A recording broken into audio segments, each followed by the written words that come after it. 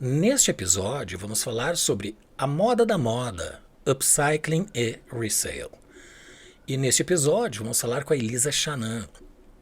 Ela é estilista, empreendedora da moda e trend hunter.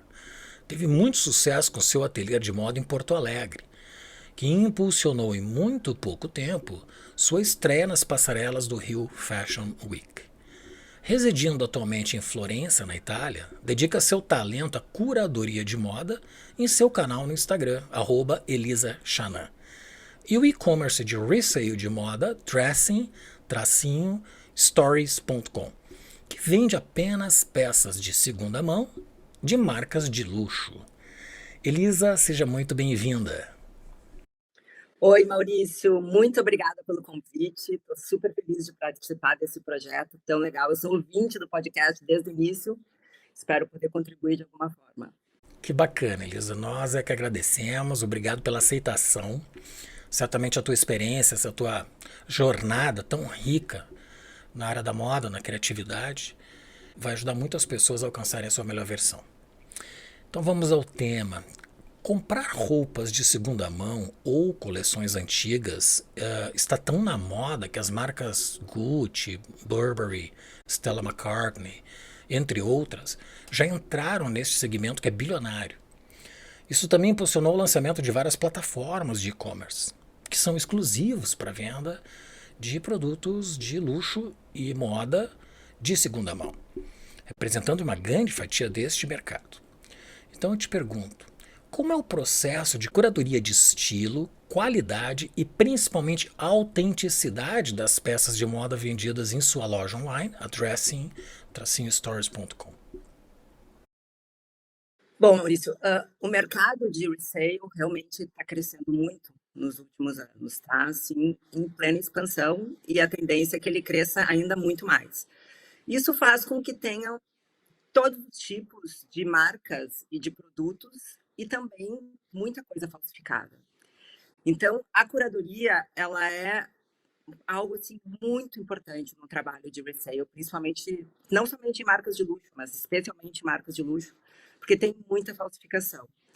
Então, é sempre importante de quem comprar, né, procurar um fornecedor que tenha credibilidade e tem toda um protocolo a ser seguido quando se compra uma marca de luxo, que é o número de identificação, número de série, cartão de marca, e para ver se aquilo realmente bate com o número de série, por exemplo, no caso de uma bolsa Chanel, que é um dos itens muito falsificados, mas que tem também muitos, digamos assim, elementos que tu pode conferir para ter certeza que essa bolsa é original. Mas mesmo assim, a gente ainda enfrenta situações em que todos esses itens, esses elementos que seriam, que diriam se essa peça é realmente original, autêntica, eles ainda são burlados. Então, é um desafio. Eu diria que a maneira mais importante, a melhor maneira de ter certeza dessa autenticação é a origem, no sentido de quem tu está comprando, teu fornecedor. E muitas vezes tu pede também, a gente pede nota fiscal, tudo que possa ainda, sabe, ter mais certeza de que o produto é autêntico, mas mesmo assim é um grande desafio. Em quanto tempo de uso destas peças de moda de luxo, especialmente acessórios, as pessoas se desfazem e aí esse produto entra neste mercado de second hand? Cada vez mais rápido as pessoas se desfazem, Maurício, porque tem peças que eu encontro que nunca foram usadas e que inclusive estão com etiqueta. Porque as pessoas compram, é porque está muito aquecido. Cada vez mais a gente tem mais informação através das redes, mais influencers fazendo o unboxing, né? O famoso unboxing que tu mostra o que tu comprou, e é a bolsa da Balenciaga, a bolsa da Gucci, a bolsa de todas as marcas que tu pode imaginar, não só bolsa, mas todos tantos produtos. As pessoas acabam sendo influenciadas por esses influenciadores e compram e não usam.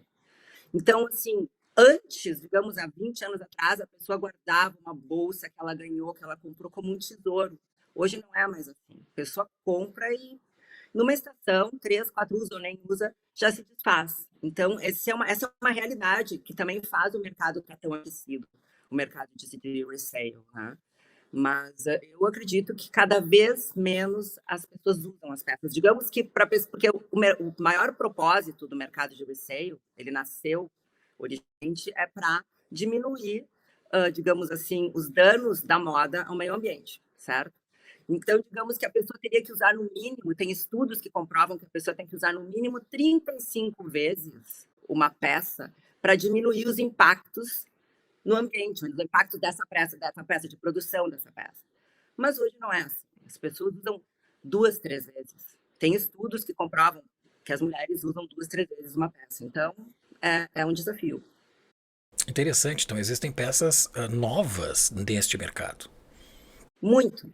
Tem muitos estoques de marcas. Então, por exemplo, tem fornecedores que vendem estoques de marca da Versace. Então, tu encontra peças dos anos 80 e 90, e inclusive peças de algumas coleções atrás com etiqueta. Isso acontece muito, muito. De todas as marcas que tu pode imaginar. Peças da Fiorucci. Eu encontrei peças da Fiorucci com etiqueta feita nos anos 80, na época que a Fiorucci era, assim, a marca mais hype. Tu lembra?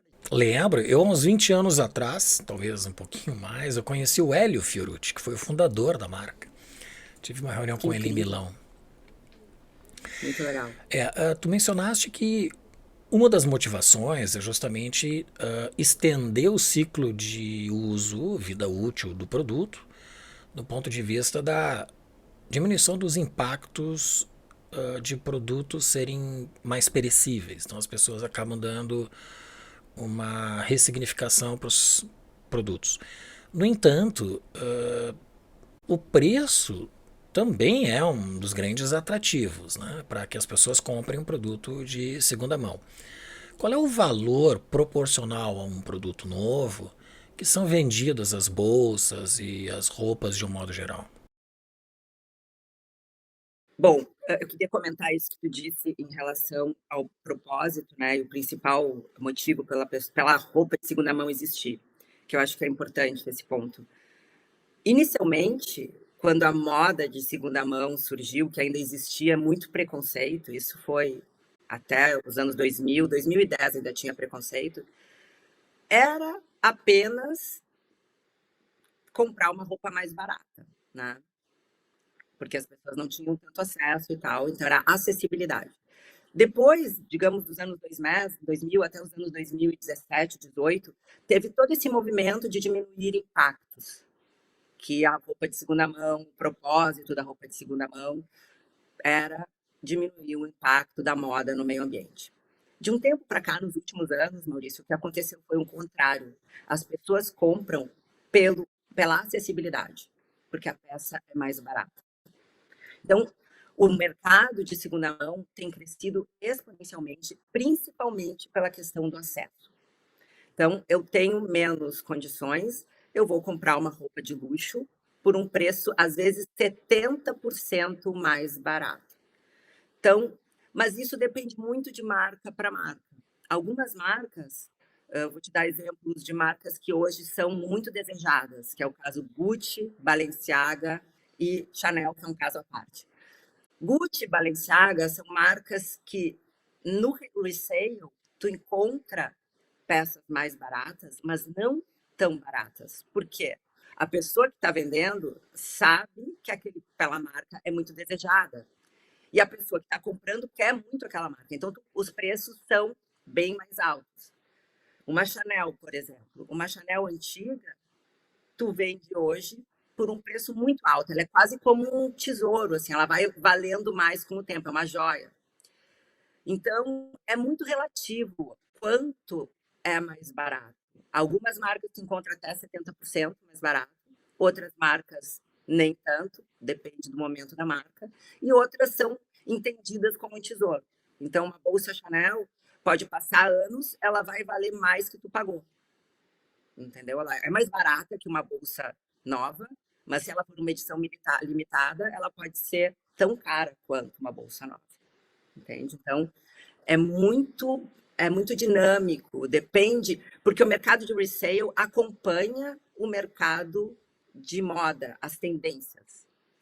Então, que está ali para vender numa plataforma, o que a gente vende, o que a gente busca, eu como hunter, né, de roupa de segunda mão, eu procuro sempre, eu tenho que estar muito ligada no que está rolando. Então, o que está? Agora é anos 2000, então vamos procurar marcas dos anos 2000, Roberto Cavalli, entre outras, o que aconteceu naquela década, e vamos buscar, e aquilo ali vale mais. É mais barato que o novo, mas vale mais. Então, é muito relativo a questão dos preços. Existe uma curadoria dessas peças, sobretudo de coleções antigas, né? Ah, muito. E o mercado mudou muito. Não é mais o brechó de antes. O brechó de antes era aquele lugar que tu ia desorganizado, às vezes com as roupas com cheiro de mofo. Ainda existe isso, mas hoje o mercado se profissionalizou de uma maneira impressionante. Então, tu tem esse brechó, mas tu tem o brechó de roupa de luxo, tu tem o brechó, por exemplo, quase só de fast fashion. Agora eu estive visitando, fazendo busca, pesquisa nos Estados Unidos, em Los Angeles, que é um mercado excelente para roupa de segunda mão. E lá tu encontra brechós onde só tem marcas fast fashion, o que é uma coisa muito chocante, né, também, né? Porque é impressionante. Então, esse mercado se categorizou nesses últimos anos. E a tendência que eu vejo é que se categorize ainda mais. O mercado só de luxo, de roupas de luxo, de marcas, de roupas de luxo, o brechó pequenininho, mas com muita curadoria, e aquele brechó mesmo de onde talvez seja aquele brechó original, que é dar oportunidade dessas roupas terem uma segunda vida, e aí por diante. São dois cenários que esse mercado acabou adotando. Um deles é a sofisticação do que eram os antigos brechós, e depois, pelo que tu comentas agora, da segmentação. São duas vertentes que definem bem públicos distintos, né? Muito. Explique também o que é o upcycling e como esse conceito se aplica à economia circular. O upcycling, Maurício, na verdade, é um termo que surgiu nos anos 90 e que ele está dentro da economia circular. O que é o upcycling? O upcycling nada mais de uma técnica de transformar um produto ou, digamos assim, um objeto que não tem mais uso em algo melhor que aquilo anterior, deixando ele mais bonito, mais sofisticado e com um novo uso, sem perder as características originais do que ele era inicialmente. Então, eu vou te dar um exemplo.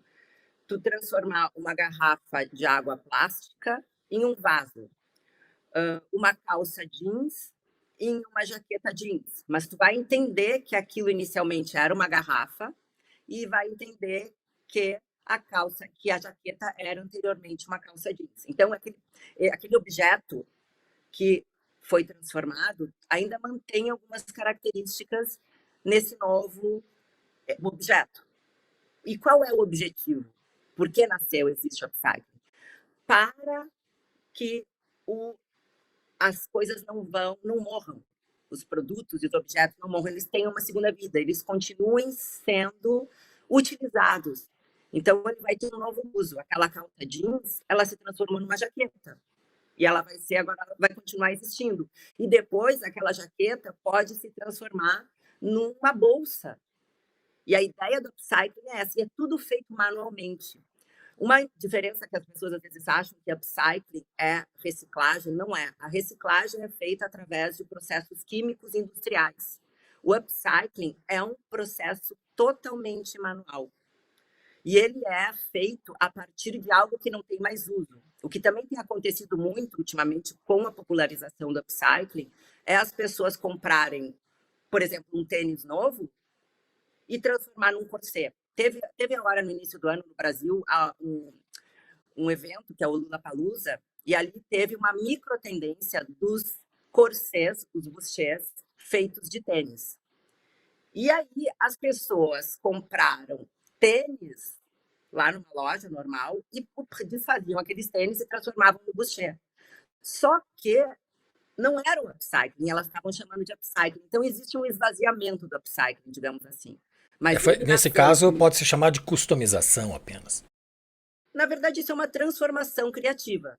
Tu transforma algo que ainda tem uso, tu compra um produto numa loja normal, de varejo, e transforma aquilo em outra coisa. Mas tu tá esvaziando o propósito do upcycling, porque o upcycling nada mais é do que dar novo uso a algo que não tem mais uso para diminuir o lixo.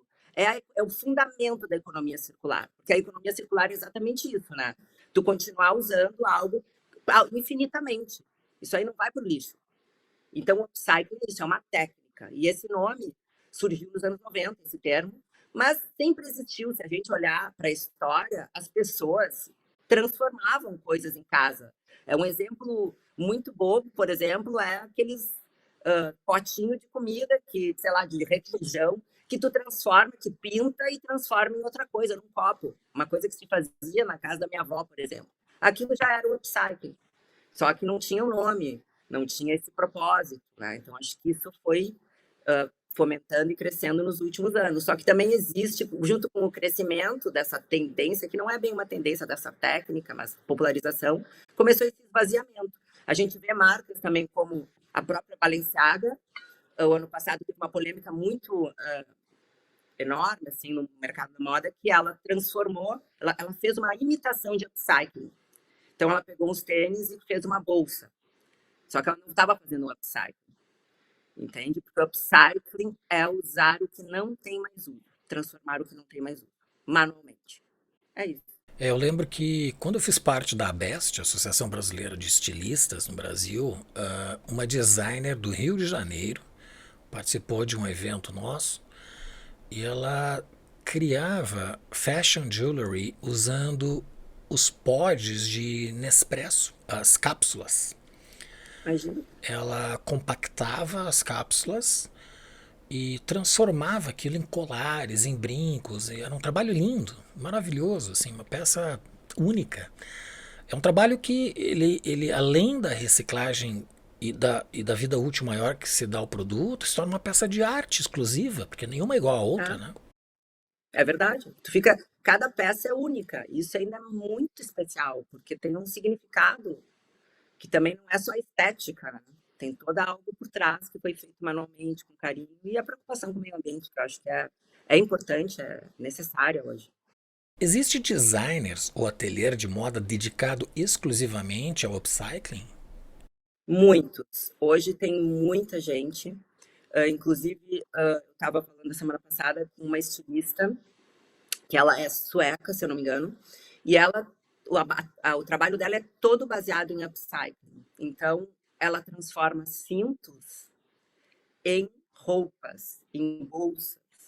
A última coleção dela, por exemplo, ela apresentou sutiãs e transformou em vestidos, e até vestido de noiva. Esse é um exemplo. O Brasil também tem marcas que fazem muito upcycling. Tá crescendo. Tem também designers, só que é um mercado difícil de escalar, sabe, Maurício? Porque é tudo feito manualmente.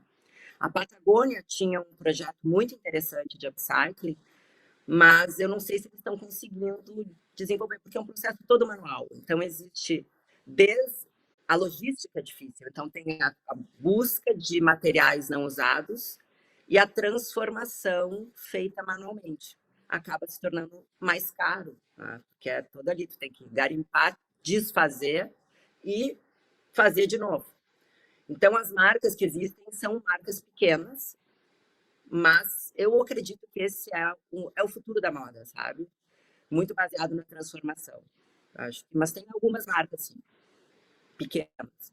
Eu vi recentemente um post do teu Instagram que era um vídeo de alguém customizando sacolas de papel das lojas de luxo, o shopping bag, em bolsas para o uso do dia a dia, porque eles acabavam cobrindo este papel, que é frágil, né, com plásticos transparentes costurados.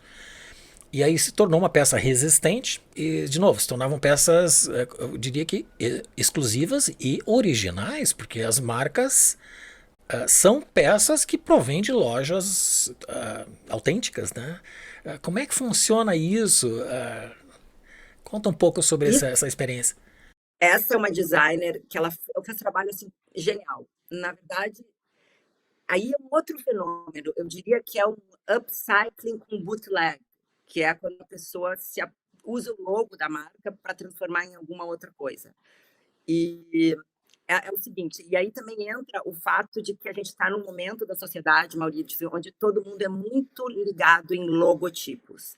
Então, são três coisas aí. Tem o upcycling, tem o bootleg e tem essa vontade de logo que existe hoje na sociedade. Então, as marcas não valem mais tanto pelo que elas fazem de bem feito a roupa, mas sim pelo logo, sabe?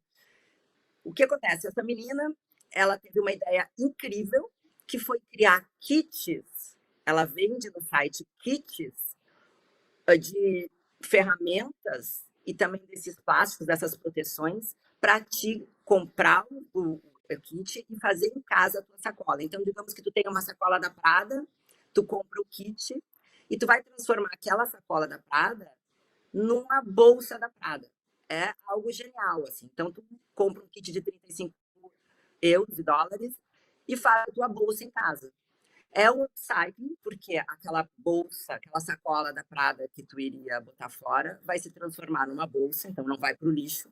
Tu dá um upgrade naquela sacola da Prada e tu sai usando uma bolsa de marca, mas que não é da bolsa, a bolsa de marca. Então tu tem a marca, tu carrega a marca e está fazendo um upcycling.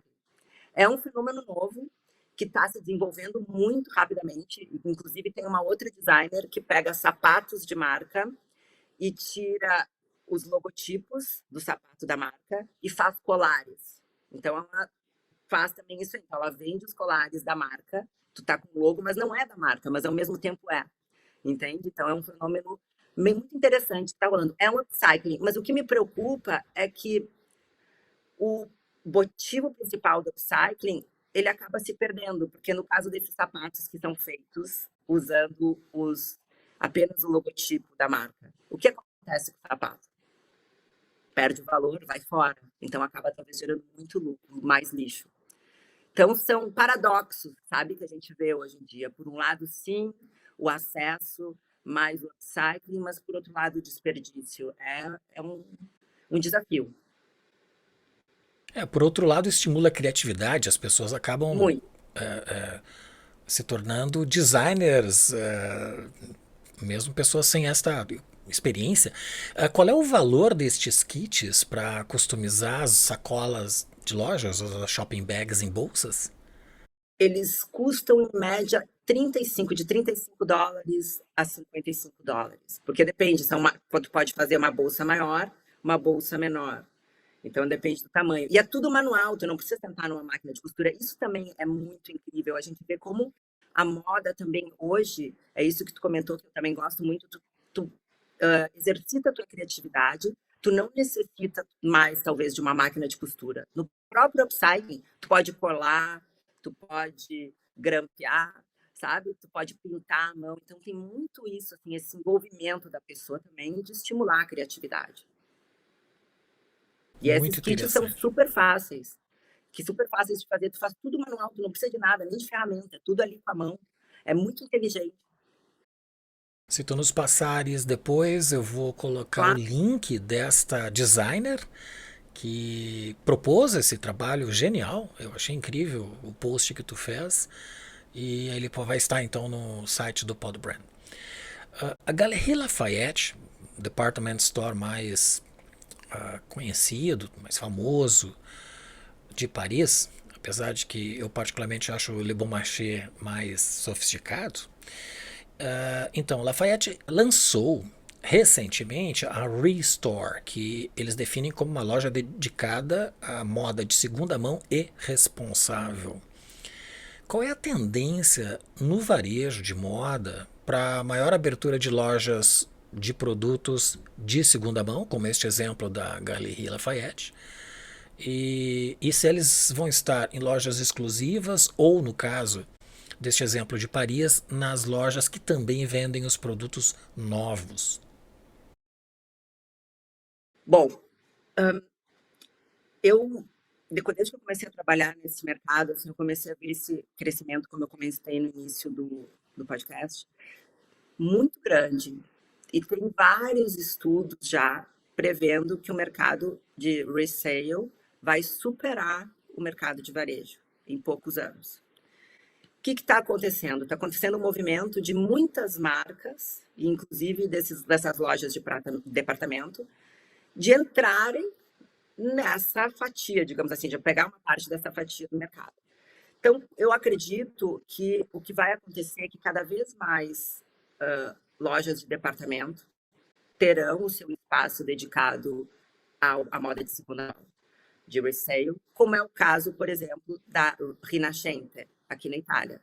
Tem já no quarto andar da loja um espaço só dedicado à roupa vintage, de segunda mão e de marca, roupas caríssimas. Esse vai acontecer, como está acontecendo na Lafayette, que também já vi no Bon Marché, e provavelmente, Marisa, isso vai se estender em várias outras marcas, em outras lojas de departamento. As marcas, por sua vez, também estão entrando nesse mercado de segunda mão.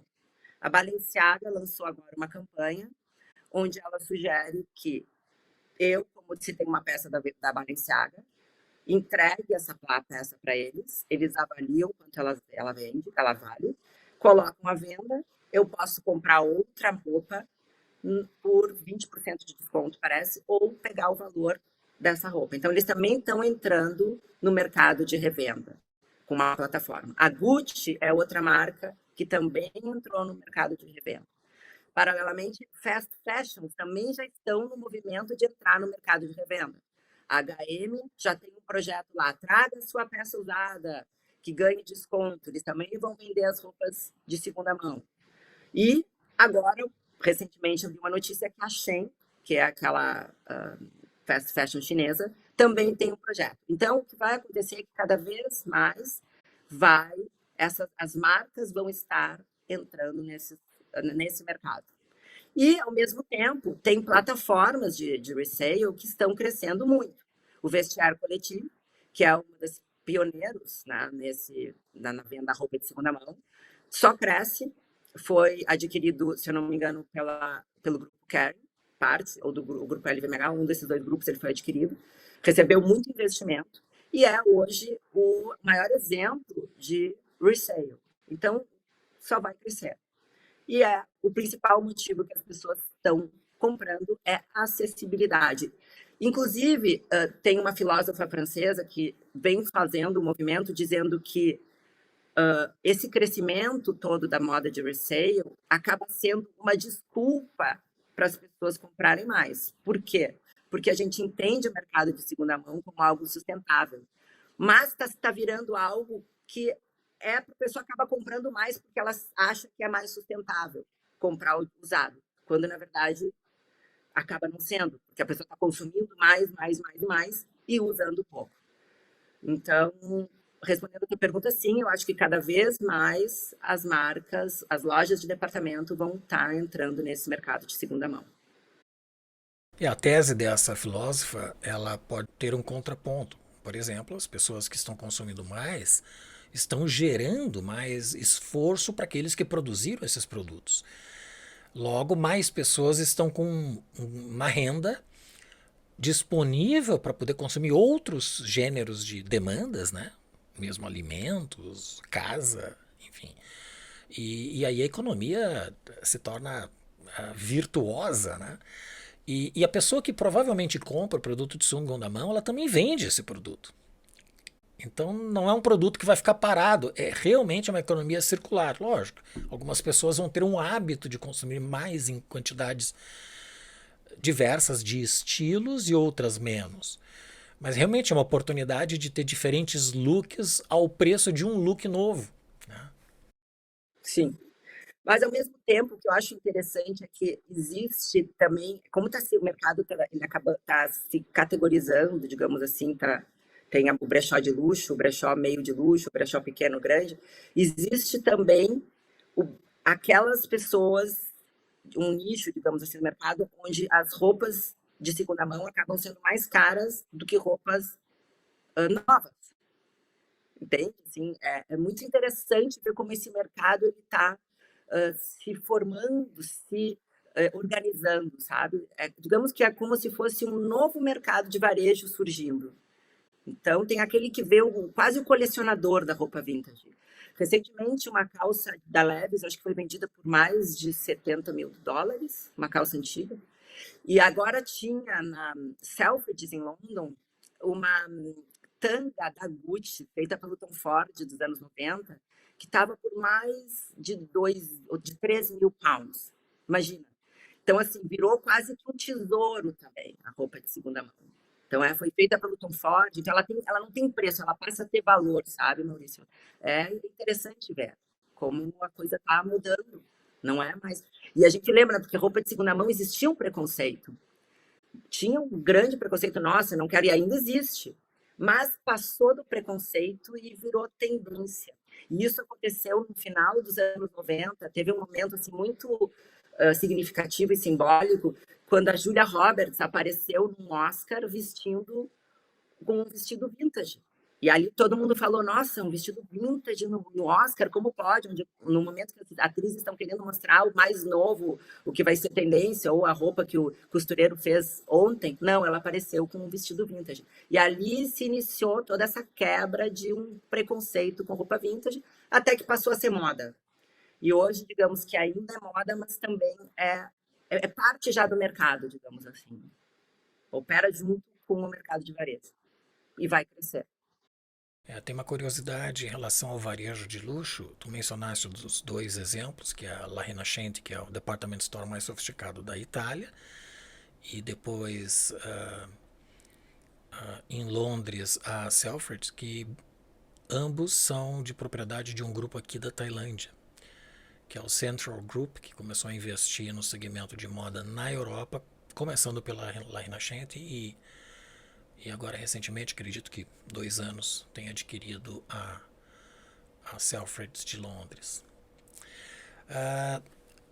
Elisa, como é que as pessoas acessam os produtos que tu vende na Dressing Stories e se o envio desses produtos são para qualquer parte do mundo? Como funciona a logística disso? Hoje eu vendo no meu próprio site e também no Vestiário Coletivo, que é essa plataforma francesa. E o envio é feito para toda a Europa, para todos os países da Europa. Não faço para os Estados Unidos, nem para a Ásia e nem para o Brasil, por enquanto.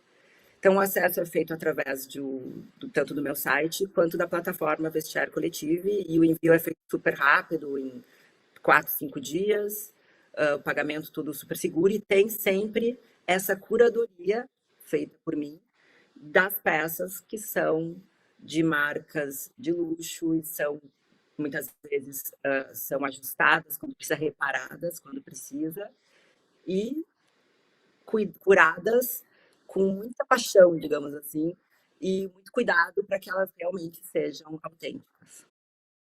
E qual é a perspectiva de poder ter entregas também a consumidoras e consumidores do Brasil? Esse é uma questão ainda que eu estou pensando, tenho pensado muito, talvez ter, digamos, uma filial, uma parte do business no Brasil, trabalhando com o que existe dentro do mercado brasileiro, porque fica inviável levar uma peça, exportar uma peça da Europa para o Brasil. O meu Brasil tem muito mercado. Atualmente tem algumas pessoas já trabalhando, algumas marcas trabalhando nesse mercado de roupa, moda de luxo, de marcas de luxo. Então acho que tem um mercado bem promissor no Brasil que ainda está crescendo. E eu tenho planos, mas acho que um pouco mais para frente, assim, quando o meu negócio estiver mais maduro aqui na Europa, eu acho. Elisa, chegamos no momento do Pinga Fogo. São 3 perguntas que eu faço a todos os convidados. Primeira delas: quais são as virtudes do empreendedor de sucesso? Bom, isso, na minha opinião, a, acho que a principal virtude de um empreendedor de sucesso é ele entender quais são as habilidades que ele tem e buscar ajuda naquilo que não são o seu forte, nas suas fortalezas, porque eu acho que isso principalmente na moda, falando da minha área, um estilista, um criativo, quando inicia um business, quando é empreendedor do seu próprio negócio, ele acredita que pode fazer tudo, tá? Que ele pode desenhar, criar, desenvolver e administrar o business. Mas não é assim, são skills diferentes. Então, eu acho que a principal característica de um empreendedor de sucesso é saber reconhecer as suas limitações e buscar apoio no que a gente precisa. O que diferencia os sonhadores dos fazedores? Eu fiquei pensando muito nessa pergunta quando tu me mandou, porque e ainda penso, sabe, depois disso, eu sempre penso, isso será que é um sonhador ou um fazedor? Eu acho que é difícil separar as duas coisas, porque quando tu sonha, isso te impulsiona a fazer. Para mim é impossível fazer uma coisa sem ter um sonho, sabe, levar um projeto adiante sem ter um sonho. Então, acho que eles estão totalmente ligados. O que acontece, eu acho que muitas vezes algumas pessoas vão fazendo as coisas sem pensar. E aí elas se tornam talvez fazedoras. Mas eu acho que e sonhador muitas vezes também não consegue executar porque ele fica muito na ideia. Mas não tem tanta diferença, sabe? Eu acho que tá junto. É o sonho, portanto eu vou lá, busco esse sonho e vou fazer com muito mais vontade. Então acho que para mim está muito ligado. E a última, o que é design? Design é tantas coisas, mas quando eu penso em design, me vem muito, está muito ligado para mim a uma, digamos, a um certo minimalismo, mas com um conforto estético ao olhar, mas não é um minimalismo frio, é um minimalismo que traz um conforto junto com uma praticidade. Então, acho que é estética, conforto e praticidade e sofisticação. É a estética a serviço de algo que te traz praticidade na interação. Acho que é isso, o design. Excelente. Bem, a gente está chegando ao final e gostaria ainda, antes de se despedir, que indicasse um ou mais livros que ajudem as pessoas a alcançarem a sua melhor versão. Maurício, eu tenho um livro que eu acho, e pensei também sobre o livro, que é muito necessário para quem quer desenvolver um business de segunda mão, para quem quer realmente chegar na sua melhor versão, e que isso inclui também aproveitar as coisas, entender mais como a gente pode aproveitar o que tem na nossa volta para usar mais, que é Cradle to Cradle, de dois autores, que é o Michael Baumgart e o William McDonald. E ele é simplesmente a economia circular. Como ela funciona, o upcycling está aqui dentro. Por que a gente vive, ele conta assim, porque a gente vive numa sociedade onde as coisas vão do nascimento à morte, né, que seria cradle to grave. E aqui ele fala do cradle to cradle, que é do berço ao berço, onde tudo circula e nada morre, ou seja, tudo é transformado infinitivamente. Eu acho que ele é um livro assim que todo mundo deveria ler para a gente entender as coisas que a gente consome, como a gente entende o mundo, os objetos que a gente se relaciona e a vida como um todo, sabe? Então, eu acho ele muito necessário para a gente também melhorar, não só para quem quer ter um business, mas para a gente também melhorar como ser humano, digamos assim. Acho que é muito bom, um livro que eu indico para todo mundo. Tem em português, do berço ao berço, e é tipo uma bíblia, assim, para mim. Eu aprendi muito. E eu gostaria de indicar também, acho que duas séries, um filme na Netflix e também uma série. Há uma série que saiu ano passado que se chama Worn Stories, que conta as histórias das roupas. Porque isso é outra coisa que para mim é muito importante. A minha marca se chama Dressing Stories, porque eu acredito, eu vejo as roupas muito mais do que uma peça de roupa, e sim como um meio de mandar uma mensagem. E as nossas roupas têm história. Desde que o fio sai lá para fazer o tecido, a pessoa que costurou a nossa roupa, a pessoa que usou a nossa roupa antes de a gente comprar, ou quando ela estava vendida, ou porque ela foi feita, a ideia que o designer teve. E essa série aborda exatamente a história das roupas. É incrível, é uma série que não é tão longa, eu indico para a pessoa aprender, para ter uma relação mais emocional com as roupas, para entender como as roupas transmitem uma mensagem. E a outra é um documentário feito em 2014 que se chama True Cost, que foi depois daquela tragédia de Bangladesh, que teve aquela queda de um edifício onde tinham trabalhadores da Primark, da fast fashion, que morreram naquela tragédia. E ali começou todo o movimento para entender o que é a fast fashion, por que a gente deveria consumir mais conscientemente, entender como as nossas roupas foram feitas. Surgiu, inclusive, o Fashion Revolution, que é uma organização criada na Inglaterra por uma italiana e uma inglesa. E é muito interessante, esse documentário foi feito por uma italiana, a Livia Firth, e eu acho que é bacana para quem não entende ainda como para quem quer conhecer mais sobre o mercado de moda, de como as roupas são feitas, eu acho que é uma indicação legal. Excelente. Só reforçando, tanto o livro que tu indicaste quanto as duas séries vão estar com um link no site do podbrand.design para que as pessoas possam acessar a plataforma de compra de livros e poder assistir aos docs que tu recomendaste. Bem, Elisa, eu quero te agradecer muito. Obrigado por ter participado do Podbrand. Tenho certeza que vai ajudar muito as pessoas a alcançarem a sua melhor versão. E eu diria que, por ter sido o primeiro episódio relacionado à moda, eu diria que vai ajudar muitas pessoas de outros segmentos, né, que bebem deste território. Né, sobretudo com esta visão tanto do upcycling quanto da economia circular, que é uma preocupação latente já dentro do setor da moda há algum tempo. Muito obrigado. Obrigada, Maurício. Muito bom estar aqui, participar do Podbrand. Eu torço muito por esse projeto, acho um projeto muito legal e quero ver ele crescer aí. Tamo junto. Tô pronta para outros que tu precisar. Muito bem, será convidada, com certeza. Tchau. Obrigada. Tchau. Te convido a comentar e avaliar este episódio, fazer sugestões, propor novos temas e também enviar suas perguntas. Visite o nosso site podbrand.design. Teremos sempre a programação atualizada, recomendação de livros como este que a Elisa nos passou agora e muito mais.